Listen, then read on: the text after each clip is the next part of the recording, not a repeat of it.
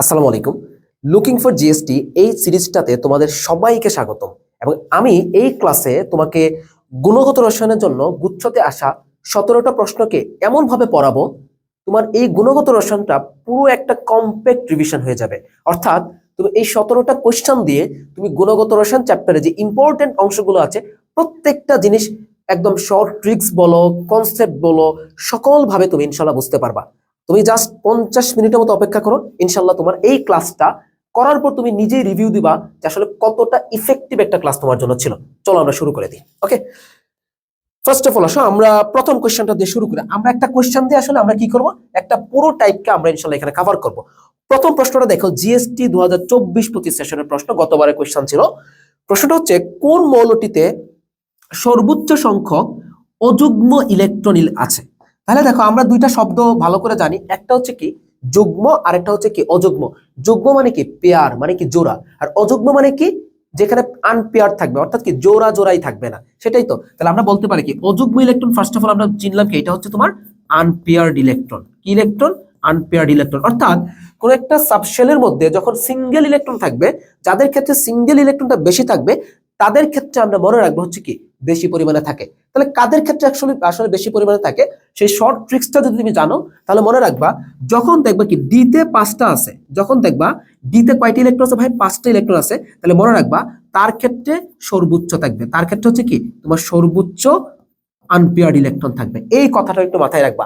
ওকে, তাহলে চলো আমরা এক এক করে প্রত্যেকটা অপশনকে একটু টেস্ট করি, যাতে করে তুমি নিজেই বলতে পারো আসলে কোনটা অ্যান্সার হবে। যদিও অলরেডি তোমার মাথায় চলে আসছে এটার অ্যান্সারটা, বাট আমি তোমাকে একটু শেখানোর জন্য প্রত্যেকটা কোশ্চেন সলভ করি। তো ফার্স্ট অফ অল আসলে নাইট্রোজেন।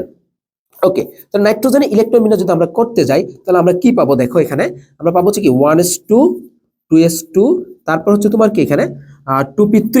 ওকে, সো আমরা যদি এইটাকে একটু দেখো 2p3 কে আমরা যদি এখানে করতে যাই তাহলে দেখো কি কি পাবো আমরা এখানে। এখানে পাবো হচ্ছে কি আমরা 2px, তারপর কি 2py এবং কি 2pz।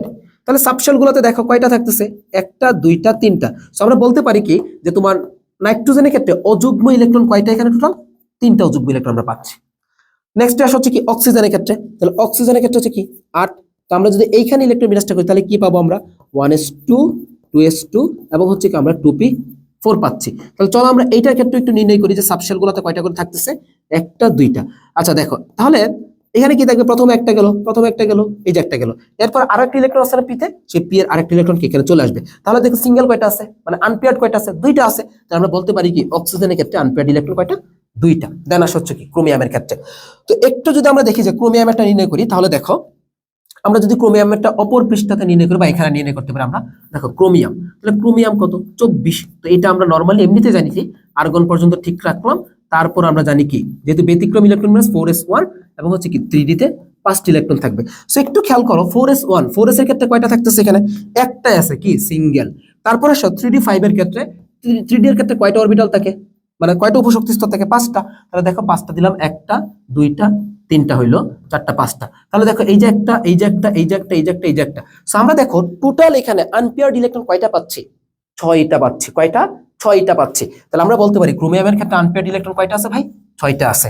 সিমিলারলি তুমি নিজে নিজে বলবা যে কপারের ক্ষেত্রে আনপেয়ার্ড ইলেকট্রন কয়টা, এটা তুমি কমেন্টে অ্যান্সার করবা, যাতে করে তোমার নিজেরও একটা প্র্যাকটিস হয়ে যায়। তো এটা আমি বলতেছি যে তোমার এখানে কি ম্যাক্সিমাম আনপেয়ার্ড বা অযুগ্ম ইলেকট্রন কার ক্ষেত্রে ভাইয়া, ক্রোমিয়ামের ক্ষেত্রে। কারণ আমি আগে শুরুতে একটা কথা তোমাদেরকে বলে রাখছি যে ডিতে যখন দেখবা কি 5টি ইলেকট্রন আছে, তখন মনে রাখবা কি এটাতে সর্বোচ্চ পরিমাণে আছে। আর স্পেশালি যখন ক্রোমিয়াম থাকবে একদম উড়া ধরে অ্যান্সার করে চলে আসবে ইনশাআল্লাহ। ঠিক আছে, তাহলে কপারেটটা তোমরা কমেন্টে জানাবা যে কয়টা করে পাচ্ছ। তাহলে অযুগ্ম ইলেকট্রন আশা করি তোমরা ইজিলি ইনশাআল্লাহ এখন থেকে নির্ণয় করতে পারবা। এই টাইপ তোমাদের ক্লিয়ার। নেক্সট প্রশ্নে আসো, কোনটি শিক্ষা পরীক্ষায় বর্ণ দেয় না। আচ্ছা, তো চলো আমরা পুরো শিক্ষা পরীক্ষার টাইপটা একটু ক্লিয়ার করে ফেলি। আমি আগেই বলছি যে তোমাদেরকে আমি একটা কোশ্চেন ধরে ওই কোশ্চেনের যে টাইপটা আছে ওইটা পুরোটা আমি কভার করে দেবো ইনশাআল্লাহ। তাহলে চলো আমরা আয়ন শনাক্তকরণের ক্ষেত্রে দুইটা পরীক্ষা থেকে, একটা হচ্ছে শিক্ষা পরীক্ষা, একটা হচ্ছে কি সিক্ত পরীক্ষা। সো আমি শিক্ষা পরীক্ষার জন্য এই চারটা তোমাদের জন্য নিয়ে আসছি। তো তোমরা একটু খেয়াল করবা ভালো করে, হ্যাঁ। তাহলে শিক্ষা পরীক্ষা বা ফ্লেম টেস্ট, এখানে আসলে কি ইউজ করো, যদি তোমাকে একটু এখান থেকে জটিল কোয়েশ্চন দেয় তাহলে মনে রাখবা শিক্ষা পরীক্ষায় কিসের তারটা ইউজ করা হচ্ছে, একটা হচ্ছে কি প্লাটিনাম আর হচ্ছে কি নাইক্রোম। নাইক্রোম মানে কি নিকেল এবং কি ক্রোমিয়াম একসাথে থাকবে, নিকেল এবং ক্রোমিয়াম একসাথে থাকবে, যেটাকে বলা হচ্ছে কি নাইক্রোম, এটা মনে রাখবা। এবং ম্যাক্সিমাম ক্ষেত্রে কি আসতেছে আসলে তোমার হচ্ছে কি HCl গাঢ় হাইড্রোক্লোরিক অ্যাসিড, এটা বেশি ইম্পর্টেন্ট আছে এখানে, তাহলে হাইড্রোক্লোরিক অ্যাসিড এখানে ব্যবহার করা হচ্ছে। ওকে, এখন আসো আমরা শিক্ষা পরীক্ষার বর্ণগুলো একটু পড়ার চেষ্টা করি। প্রথমটা আসে কি লিথিয়াম। লিথিয়ামে ভাই কি আছে, ল আছে। ল মানে কি লাল, ল মানে কি লাল, ল মানে কি লাল। তাহলে যদি বর্ণ আসে যে ক্রিমসন, তাহলে কি মনে রাখবা লাল। লিথিয়াম, লিথিয়াম কয় নাম্বার, 3 নাম্বার মৌল। ক্রিমসনে সি, সি কয় নাম্বার, 3 নাম্বার। এইভাবে মনে রাখতে পারো চাইলে, যদিও ক্রিমসনটা কখনোই আসবে না, লাল আসবে, তার মানে কি লাল। সোডিয়াম, সোডিয়াম উচ্চারণ কিভাবে করে, সো, তার মানে কি সোনালী হলুদ। সোডিয়াম সো, তার মানে কি সোনালী হলুদ দিয়া। পটাশিয়াম, তার মানে দেখো পটাশিয়াম পেল ভায়োলেট, পটাশিয়ামের পি পেল ভায়োলেট অর্থাৎ কি বেগুনি, পেল ভায়োলেট মানে কি বেগুনি, ঠিক আছে। পটাশিয়াম কি হবে, বেগুনি বর্ণের হবে। রুবিডিয়াম, রুবিডিয়াম দেখো কি বলছে, লালচে বেগুনি, কিভাবে মনে রাখবে দেখো, রুবিডিয়ামের আর থেকে হচ্ছে কি রেড মানে কি লালচে, বি, বি থেকে হচ্ছে কি বেগুনি, রুবিডিয়ামের আর থেকে রেড, বি থেকে বেগুনি, আর থেকে রেড, বি থেকে বেগুনি, তাহলে বলতে পারি কি আমরা এটা লালচে বেগুনি। ওকে, সিজিয়ামটা একটু মুখস্থ রাখবা, এটা হচ্ছে তোমার কি নীল, সিজিয়াম হচ্ছে কি নীল, সিজিয়াম হচ্ছে কি নীল। আচ্ছা, তারপর বেরিয়াম, বেরিয়ামের শেষে কি আছে, এ আছে, এটা দিয়ে এমনি মনে রাখতে পারো, কাঁচা আপেলের মতো, কিসের মতো, কাঁচা আপেলের মতো। আচ্ছা, এখন আসো ক্যালসিয়াম। আচ্ছা, আমরা সাধারণত কি বলি যে আমাদের কি অস্থির মধ্যে কি থাকে, ক্যালসিয়াম থাকে, তাহলে অস্থি মজ্জা দেখতে অনেক সময় কি লাল বর্ণের মতো হয় না, তাহলে আমরা ওইটা থেকে বলতে পারি কি লাল, কিসের মতো লাল, ইটের মতো লাল।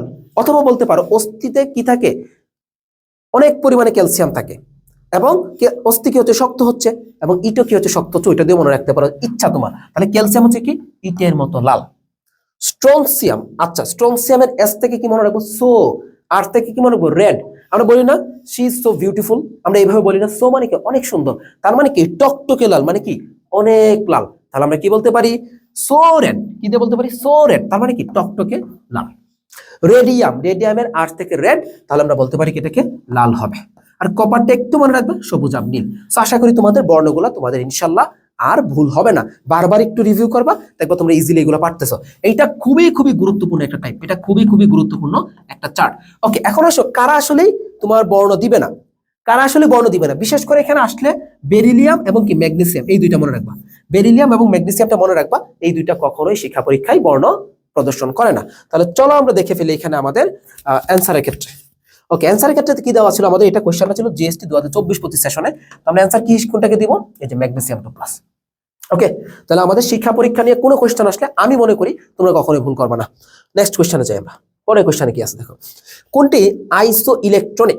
আচ্ছা, তাহলে দেখো আইসো শব্দটা তার আসলে কি বোঝাচ্ছে ভাই, আইসো মনে রাখবা, আইসো মানে হচ্ছে কি জানো, সমান সমান, মানে কি সেম সেম, অথবা বলতে পারি কি আমরা সেম সেম। ওকে, এটা বলতে পারি। ইলেকট্রনিক অর্থাৎ কি একই ইলেকট্রন থাকবে, যাদের ইলেকট্রন সংখ্যা হচ্ছে কি সমান থাকবে, তাদেরকে বলা হবে কি আইসো ইলেকট্রনিক। সো সিম্পলি চিন্তা করো, ক্যালসিয়াম 2+, ক্যালসিয়ামের 20 থেকে 2টা চলে গেছে, এখানে ইলেকট্রন থাকবে কয়টা, 18টা। পটাশিয়াম প্লাস, পটাশিয়াম 19, একটা চলে গেছে, এখানে কয়টা থাকবে, 18টা। ক্লোরিন, ক্লোরিন কয়টা আছে, 17টা, হবে না এটা, তাহলে অলরেডি এখানে ডিফারেন্ট হয়ে গেছে। ক্রোমিয়াম 2+, আচ্ছা ক্রোমিয়ামের কত দেখো 24, দুইটা যদি চলে যায় তাহলে কত থাকবে, ক্রোমিয়ামের দুইটা চলে গেলে কত থাকবে বলো, 22 থাকবে। আয়রন 3+, আয়রনের কত 26, তিনটা চলে গেলে কত থাকবে বলো, 26 থেকে 3 চলে গেলে কত থাকবে বলো, 23 থাকবে। সো এটা জীবনও মিলবে না। নিচেরটা আসো, নাইট্রোজেন 2-, নাইট্রোজেনের কত ভাই 7, নাইট্রোজেন 2- মানে কত, এখানে তোমার 9 হচ্ছে।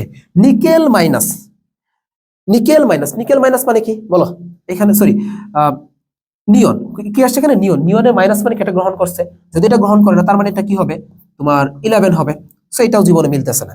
ম্যাগনেসিয়াম 2+, এখানে আবার কি হচ্ছে তোমার 10 হচ্ছে, এগুলো কখনোই মিলবে না। ফ্লোরিন মাইনাস, দেখো ফ্লোরিন মাইনাস মানে কি, ফ্লোরিন ছিল 9, একটা যোগ হয়েছে, তাহলে আসছে কত 10। সোডিয়ামের ছিল 11, একটা চলে গেছে, হয়েছে কত 10। অক্সিজেনের ছিল 8, দুইটা যোগ হয়েছে, তার মানে কত হলো 10। কার্বনের ছিল 6, চারটা যোগ হয়েছে, তার মানে কত 10। এইগুলাকে একটু ট্রিক্স দিয়ে দিই তোমাদেরকে, মনে রাখবা যখন এই টাইপের অপশনগুলো থাকবে, যেগুলো আসলে তোমাকে অনেকক্ষণ যাবত এইগুলো নিয়ে তোমার কি করতে হবে, প্যারা নিতে হবে, তোমাকে প্রত্যেকটা অপশন তোমাকে চেক করতে হবে। সেক্ষেত্রে তোমরা ম্যাক্সিমাম টাইম ট্রাই করবো হচ্ছে কি ঘ নাম্বার থেকে এগুলো চেক করতে। কেননা টিচাররা আসলে এই প্রশ্নগুলো কেন দেয়, এইটা আসলে একটা অ্যাডমিশনের ন্যূনতম যে পড়াশোনা করছে সেই স্টুডেন্টও জানে যে এইগুলার উত্তর কি হবে, আইসি ইলেকট্রনিক সেও জানে, ইলেকট্রন সংখ্যা সেও হিসাব করতে পারবে। বাট ফ্যাক্ট হচ্ছে কি, সে যখন এই 3টে অপশন বা 4টে অপশনকে চেক করবে, চেক করার পরে যখন এখানে যাবে, এর মধ্যে কিন্তু সে অনেকটা সময় পার করে ফেলছে। তো তুমি ট্রাই করবা যে ঘ নাম্বার থেকে শুরু করতে। ম্যাক্সিমাম টাইমে হচ্ছে কি ঘ নাম্বার থেকে শুরু করলে হয় গ, তাহলে কি গ নাম্বারটা আসলে কারেক্ট হয়। আমি কি বোঝাইতে পারছি?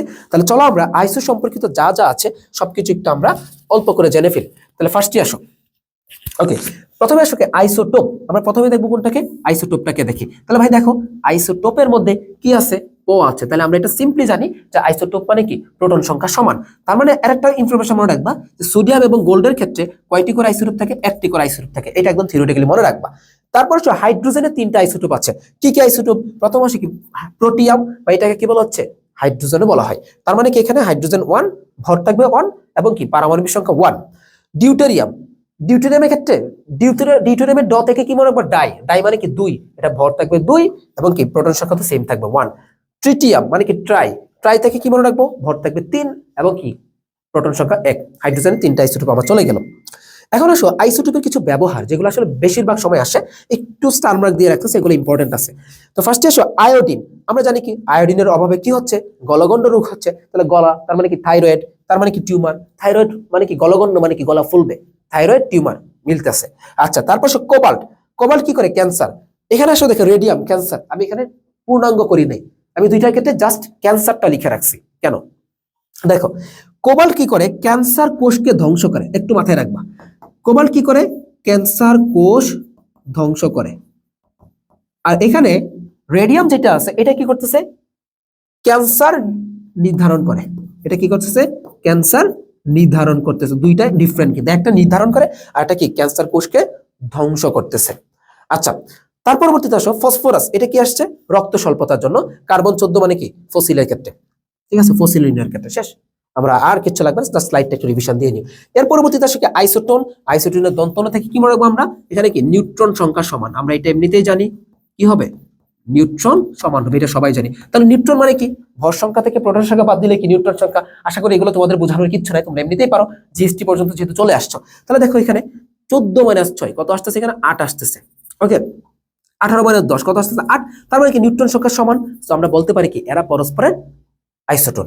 পরে আসো কি আইসোবার। বার মানে কি, বার মানে কি এটা ভর সংখ্যা সমান হবে। তো এটা এমনিতেই তুমি তাকানোর সাথে সাথেই তোমার কি দেখতে পারতেছো কি এখানে এইটারও 64, এটারও কি 64। তার মানে কি ভর সংখ্যা সমান, নিউট্রন সংখ্যা ভিন্ন, পারমাণবিক সংখ্যা ভিন্ন। এটা হচ্ছে কি আইসোবার।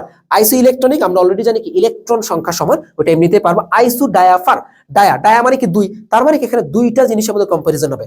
অর্থাৎ যেটার ক্ষেত্রে মনে রাখবো হচ্ছে কি নিউট্রন এবং প্রোটন সংখ্যার পার্থক্য ইকুয়াল। তার মানে মনে রাখবা নিউট্রন মাইনাস প্রোটন, এই দুইটার পার্থক্য হচ্ছে কি সমান, নিউট্রন এবং প্রোটন সংখ্যার পার্থক্যটা সমান, তারা হচ্ছে কি আইসোডায়াফার। ফার্স্টে আসো এইটার ক্ষেত্রে যদি আমরা চিন্তা করি, এই 39 - 19 তাহলে কত, 20। নিউট্রন সংখ্যা 20 এবং কি প্রোটন সংখ্যা দেওয়া আছে আমাদের কত, 19। তাহলে 20 - 19 কত, 1। এইটার ক্ষেত্রে আসো ফ্লোরিনের ক্ষেত্রে, তোমার নিউট্রন সংখ্যা কত, 19 - 9 কত আসছে, 10। আর এখানে প্রোটন সংখ্যা কত, 9, তাহলে কত আসতেছে, 1। তাহলে আমরা বলতে পারতেছি দেখো এখানে নিউট্রন সংখ্যা এবং প্রোটন সংখ্যার পার্থক্য দুইটাই কি সমান আছে না। তাহলে আমরা এদেরকে বলতে পারি কি আইসো ডায়াফার। অর্থাৎ আইসো সম্পর্কিত যে কোনো প্রশ্ন আসলে তুমি ইনশাল্লাহ রিল্যাক্সে অ্যান্সার করতে পারবা। ঠিক আছে, পরবর্তী প্রশ্নে আমরা চলে যাই। তাহলে আশা করি প্রত্যেকটা টাইপে তোমরা কভার করতে পারতেছো এইভাবে। কোন অরবিটালটি অসম্ভব। তাহলে কি বলছে, কোন অরবিটালটি অসম্ভব। দেখো ভাই, এটা খুবই গুরুত্বপূর্ণ, আমি এই পুরো টাইপটাই তোমাকে পড়াবো। জিএসটি 23-24 আসছে, মাওলানা ভাসানীতে 18-19 সেশন আসছে। ওকে, চলো আমি পুরা কোয়ান্টাম সংখ্যা জিনিসটা আমি তোমাকে এই প্রশ্নের সাপেক্ষে সলভ করিয়ে দিব ইনশাল্লাহ।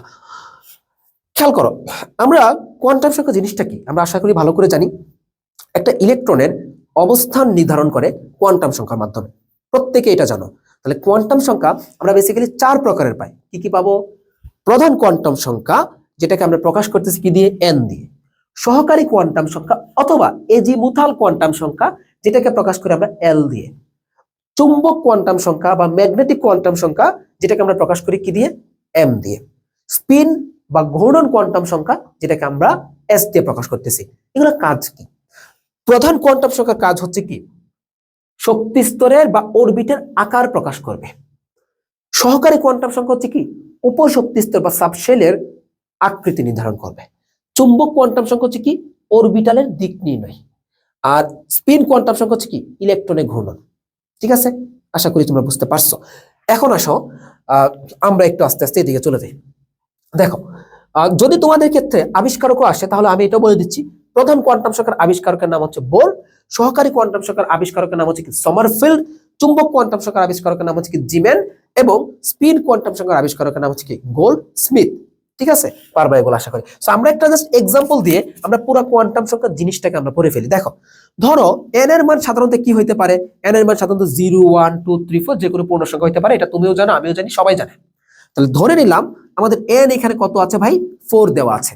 ঠিক আছে, এখন আসো এন এর মান যদি 4 হয় তাহলে ভাই এল এর মানগুলা কি হবে? আমরা প্রত্যেকেই জানি এন এর মান যদি 4 হয় বা এন এর মান যাই হোক না কেন, এল এর মান হবে 0 থেকে n-1 পর্যন্ত। তাহলে কি পর্যন্ত? 0 থেকে n-1 পর্যন্ত, জানো? আচ্ছা, তাহলে এন এর মান যদি 4 হয় এল এর মান কি হবে? 0 থেকে n-1 মানে কি 3 পর্যন্ত, 0 1 2 3 হয়ে গেল। এখন আসো এই 0 আসলে কি বোঝাচ্ছে? 0 আসলে বোঝাচ্ছে উপশক্তি স্তর S, 1 বোঝাচ্ছে উপশক্তি স্তর P, 2 মানে উপশক্তি স্তর D, 3 মানে হচ্ছে উপশক্তি স্তর F। পরবর্তীতে দেখো, তাহলে এগুলাতে অরবিটাল কয়টা থাকবে? তাহলে অরবিটাল নির্ণয় করতে গেলে মনে রাখবা সূত্র হচ্ছে কি 2l+1। আমি এখানে লিখে দিচ্ছি, তাহলে অরবিটাল নির্ণয় করার সূত্র হচ্ছে কি 2l+1। এটা একটু মাথায় রাখবা, 2l+1। আর ইলেকট্রনের ক্ষেত্রে মনে রাখবা 2 × 2l+1। এটা একটু মাথায় রাখবা, আমি দুইটা জিনিসে দেখিয়ে দিচ্ছি, এগুলো ডিরেক্ট সূত্র আসতে পারে। তো চলো আমরা নির্ণয় করি। তাহলে প্রথম যে জিনিসটা আছে সেটা হচ্ছে, দেখো এস এর ক্ষেত্রে অরবিটাল কয়টা সবাই জানো কি 2l+1, 0 এর সাথে 2 গুণ করলে কি হবে? 0ই হবে, একটা থাকবে। আর তোমরা বাকিটা নির্ণয় করে নিও, পিতে থাকবে 3টা, ডিতে থাকবে 5টা, এফ এ থাকবে কয়টা? 7টা। ওকে, ইলেকট্রন কি জাস্ট দ্বিগুণ হবে, তাহলে এখানে কয়টা হবে? 2টা ইলেকট্রন, 6টা 10টা 14টা। আকৃতির ক্ষেত্রে আসো, তাহলে এস অরবিটাল আকৃতি হচ্ছে কি গোল আকৃতি, গোল। পি এর আকৃতি ডাম্বেল, তারপর ডি এর আকৃতি কি ডাবল ডাম্বেল, ডাবল ডাম্বেল। এরপর আসো এফ এর আকৃতি হচ্ছে কি তোমার জটিল আকৃতি, জটিল। ঠিক আছে, আশা করি তোমরা এগুলো নিয়ে কোনো প্রকার মিস্টেক করবে না। এখন আসো ভাই চুম্বক কোয়ান্টাম সংখ্যার দিকে আমরা চলে যাই। সো চুম্বক কোয়ান্টাম সংখ্যা জিনিসটা কি? চুম্বক কোয়ান্টাম সংখ্যা থেকে আমরা মনে রাখবো এইটার ভ্যালুটা আসলে কিভাবে আসে। মনে রাখবা এটা চুম্বক কোয়ান্টাম সংখ্যা আসবে হচ্ছে কি -L থেকে 0 সহ +L। ওকে, তাহলে কেমন হইতে পারে? যেমন আমি যদি এইটার ক্ষেত্রে চিন্তা করি, তাহলে দেখো এখানে কি আছে 0, তাহলে আমি বলতে পারি কি এখানে কি আসবে -0 0 +0। হ্যাঁ, তুমি আমাকে বলো যে ভাই 0 কি আদৌ কোনো মাইনাস প্লাসের ভ্যালু আছে নাই? এই জন্য আমরা জাস্ট একটা 0 কে রাখবো। তাহলে কি রাখতে পারি আমরা? একটা 0 কে রাখতে পারি। ওকে, তাহলে 1 এর জন্য আমাদের এখানে চুম্বক কোয়ান্টাম সংখ্যা কি হবে? -1 থেকে 0 সহ +1 পর্যন্ত। তাহলে কি আসবে এখানে? -1 0 তারপর কি +1। সিমিলারলি 2 এর ক্ষেত্রে -2 -1 0 +1 +2। 3 এর ক্ষেত্রে কি হবে? -3 -2 -1 0 +1 +2 +3 কমপ্লিট। ওকে, এখন আসলে স্পিনের ক্ষেত্রে জাস্ট কি করবা? স্পিন কি হইতে পারে? হয় +1/2 নাইলে কি -1/2 হবে। তাহলে এখানে কি 0 মানে কি একটা অরবিটাল আছে, সো একটা অরবিটালে কয়টা ইলেকট্রন থাকতে পারে? দুইটা ইলেকট্রন থাকতে পারে। তাহলে আমরা মনে রাখবো হচ্ছে কি এখানে +-1/2। ওকে, এটার ক্ষেত্রে কি হবে? পরেরটা ক্ষেত্রে 3 × +-1/2। এখানে কি হবে? 5 × +-1/2। এখানে কি হবে? 7 × +-1/2। তাহলে টোটাল ইলেকট্রন কয়টা আছে দেখো, তুমি টোটাল ইলেকট্রনটা হিসাব করো। দেখো এখানে, তাহলে এখানে কয়টা? 7 × 14টা, 5 × 10টা 24টা, 3 × 6 কয়টা আসছে তোমার? 30টা। আর এখানে 2টা, টোটাল কয়টা? 32টা ইলেকট্রন আসছে, টোটাল 32টা ইলেকট্রন। সো এখন এখানে যে 32টা ইলেকট্রন আসছে এটা আমরা কিভাবে নির্ণয় করতে পারি? দেখো, এই ইলেকট্রনগুলা যদি কখনো আসে তাহলে তোমরা এই সূত্র দিয়ে নির্ণয় করতে পারো। তাহলে মনে রাখবা যদি প্রধান কোয়ান্টাম সংখ্যা জানো তাহলে তোমাদের অরবিটাল সংখ্যা কিভাবে নির্ণয় করতে হয়। তাহলে প্রধান শক্তি স্তরে অরবিটাল ইকুয়াল হচ্ছে কি n² এবং ইলেকট্রন ইকুয়াল হচ্ছে কি 2n², যেটা ম্যাক্সিমাম হচ্ছে তোমার কত হয়? 32। অর্থাৎ 32 এর উপরে কখনো ইলেকট্রন সংখ্যা এখানে আসবে না। অনেক সময় তোমাদের প্রশ্ন আসে যে পঞ্চম শক্তি স্তরে কয়টি ইলেকট্রন আছে? 32টা। ওকে, সো আশা করি তোমরা কোয়ান্টাম সংখ্যা সম্পর্কে সবকিছু জেনে গেছো। কোন অরবিটালটি অসম্ভব? তাহলে দেখো 2p হবে, আমরা এমনিতে বুঝতেছি। 3d হবে, 4f হবে, বাট 3f হবে না। কেন হবে না? কেন হবে না এটা দেখো, এটা যদি আসে তাহলে মনে রাখবা 3f এর ক্ষেত্রে হচ্ছে আমরা মনে রাখবো এটা কি n এর ভ্যালু, এটা কি l এর ভ্যালু। তাহলে আমরা জানি এখানে n এর ভ্যালু কত? 3। তাহলে l এর ভ্যালু কত হতে পারে? l এর ভ্যালু হবে আমাদের 0 1 2, বাট এখানে কি l এর ভ্যালু 3 আছে, সুতরাং কি এটা কখনোই এটা পসিবল না। দ্যাটস আমরা বলতে পারি কি এটা অ্যান্সার।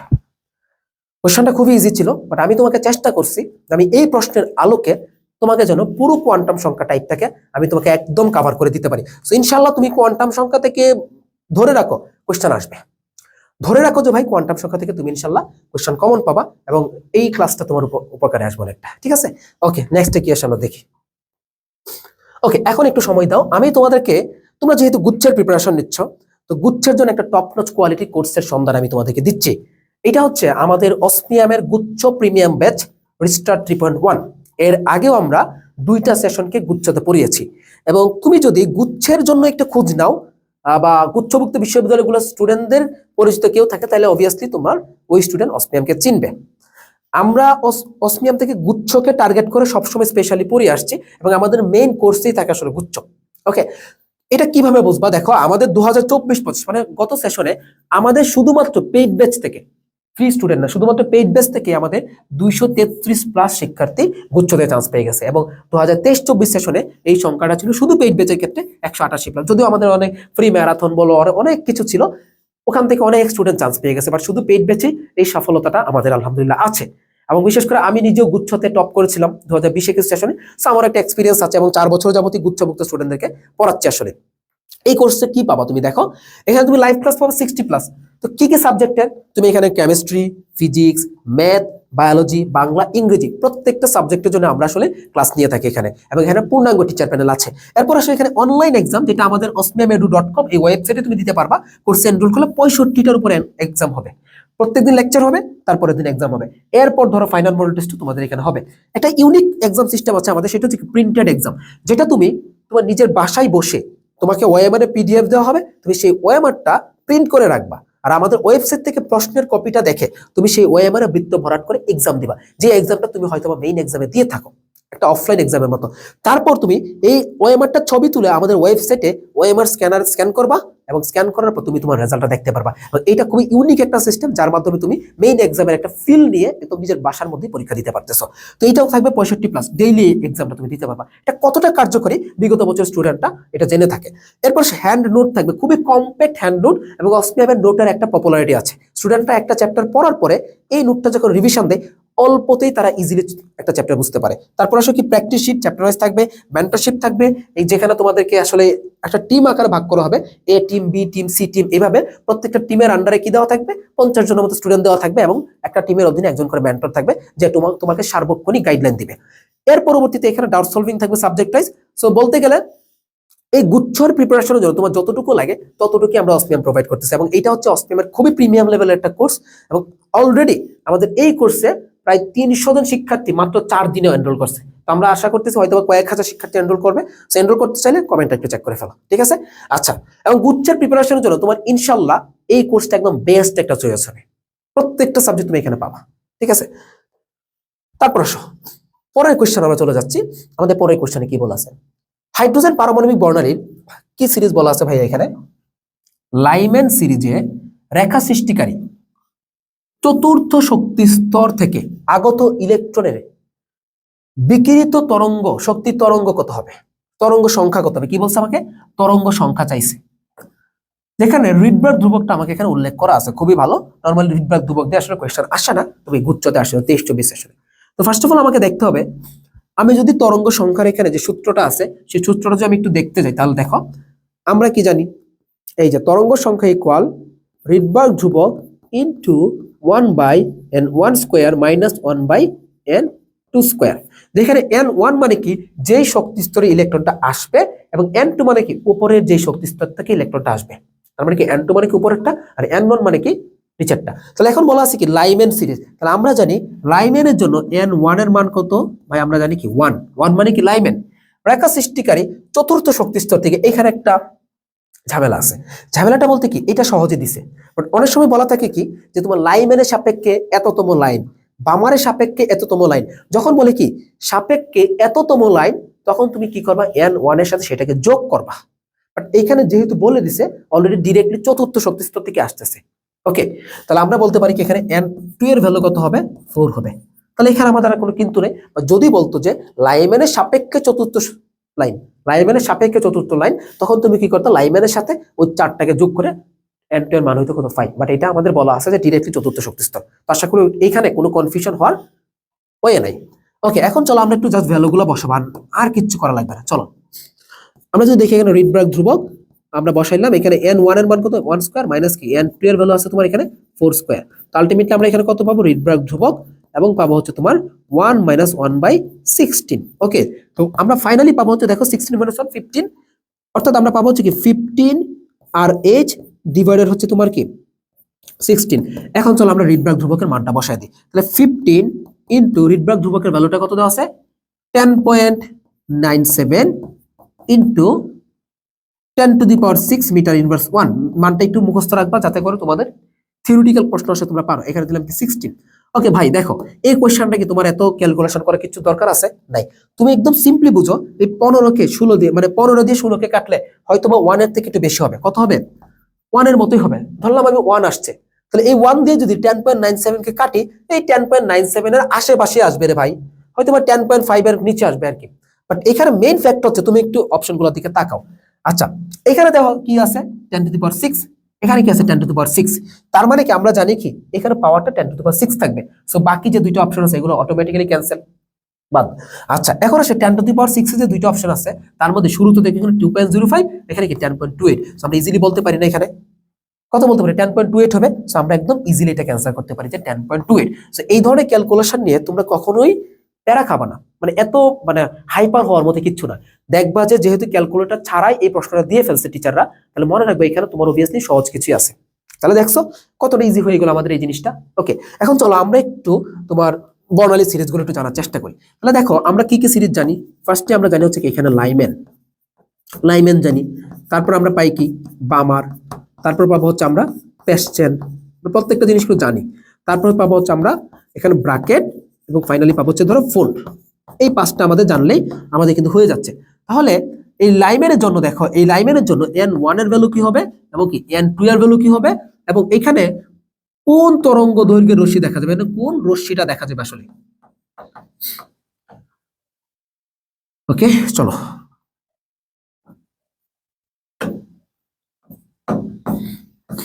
দেখো n1 লাইম্যানের জন্য n1 এর ভ্যালু কত হবে আমরা জানি কি 1, বামারের জন্য 2, পেশ্চেন মানে 3, ব্র্যাকেট মানে 4, ফোল্ড মানে হচ্ছে কি 5। তাহলে দেখো n2 এর ভ্যালুটা কত হবে, তাহলে যত আছে তার থেকে উপরে 1 এর জন্য কত হবে এখানে 2 3 ডট ডট ডট, তারপর বামারের জন্য 3 4 ডট ডট ডট, তারপর দেখো পেশ্চেনের জন্য কি 4 এর থেকে বেশি যত আছে ইচ্ছা দিতে পারবা, ব্র্যাকেটের জন্য কত 5 6 যত ইচ্ছা দিতে পারবা, তারপর ফোল্ডের জন্য কত 6 7 যত ইচ্ছা দিতে পারবা। রশ্মির ক্ষেত্রে একটু আসবা, লাইম্যানের ক্ষেত্রে হচ্ছে কি তোমার ইউভি রশ্মি দেখা যায়, লাইম্যান ইউভি। তারপর বামারের ক্ষেত্রে কি দৃশ্যমান, এই দুইটা মেইনলি আসে। আর বাকি সবার ক্ষেত্রে হচ্ছে তোমার কি আয়ার রশ্মি দেখা যাচ্ছে, এই দুইটা বেশি আসে, এইটা আসে বেশি আর এইটা বেশি আসে। ঠিক আছে, আশা করি তোমরা এই কয়েকটা জিনিস দেখলেই তোমরা ইনশাল্লাহ তোমাদের লাইম্যান বামার বা বর্ণালী সংক্রান্ত যত কিছু আছে তুমি একদম তুরিতে অ্যান্সার করতে পারবা। বাট ম্যাক্সিমাম ক্ষেত্রেই তোমাদের বর্ণালীটা আসলে রিডবার্গ ধ্রুবকটা দিয়ে আসে না, এটা ছাড়াই চলে আসে ডিরেক্টলি। ওকে, তারপর আসো পরের কোশ্চেনে কি বলছে যে একটি মৌলের ইলেকট্রন বিন্যাস এতটা দেওয়া আছে হলে পর্যায় সারণীতে একটা অবস্থান করছে জিএসটি 23 বিশ্লেষণ আসছে। তো এই কোশ্চেনটা দেখো এখানে একটু টুইস্ট আছে, হালকা বেশি টুইস্ট না, হালকাই আছে। দেখো কি আছে এখানে, পর্যায়টা কত হবে। তো আমরা কি জানি পর্যায় মানে হচ্ছে কি ভাই, আমরা কি জানি পর্যায় মানে হচ্ছে তোমার, পর্যায় মানে কি সর্বোচ্চ প্রধান কোয়ান্টাম সংখ্যা। তাহলে কি মনে রাখবো আমরা এখানে সর্বোচ্চ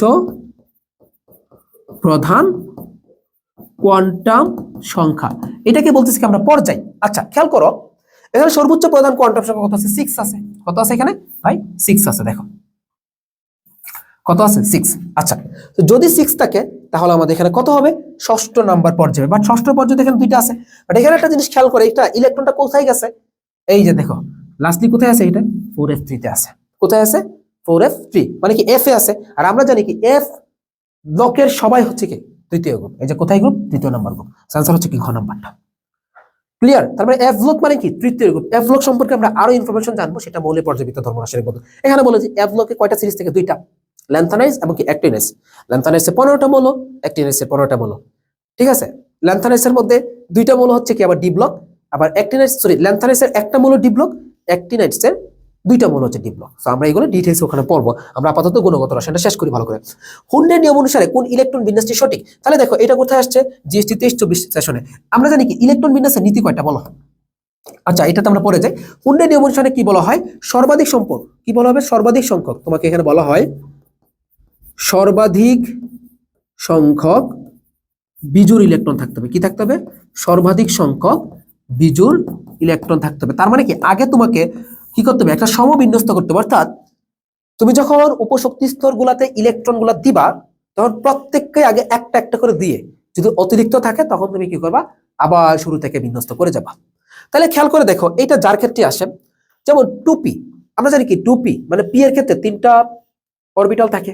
আচ্ছা 3টা অরবিটালের ক্ষেত্রে একটা px, একটা py, একটা pz।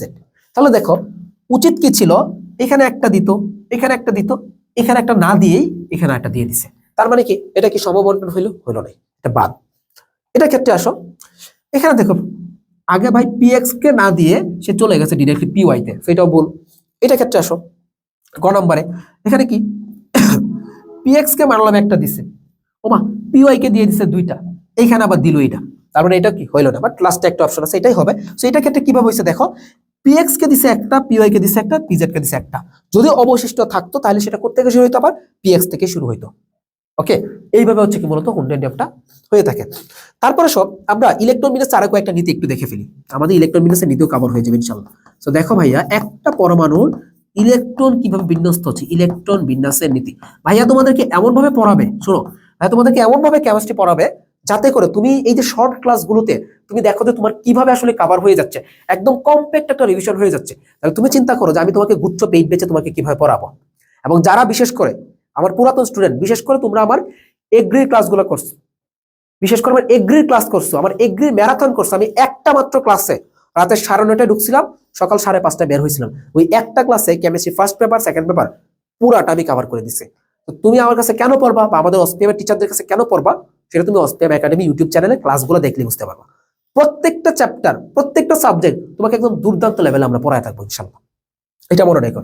এবং গুচ্ছের জন্য যে অসপিএম কতটা স্ট্রং, এটা আসলে যারা বিগত বছরগুলোতে ছিল তারাই জানে। এবং এই পোস্টের বা এই ক্লাসের কমেন্টে তুমি হচ্ছে আমাদের রিভিউগুলো একটু দেখে নিও, আমি স্ক্রিনশট দিয়ে দিব না, তাইলে তুমি বুঝতে পারবা। দেখো ইলেকট্রন বিন্যাসের নীতি কয়টা, আমরা জানি 3টা নীতি থাকে,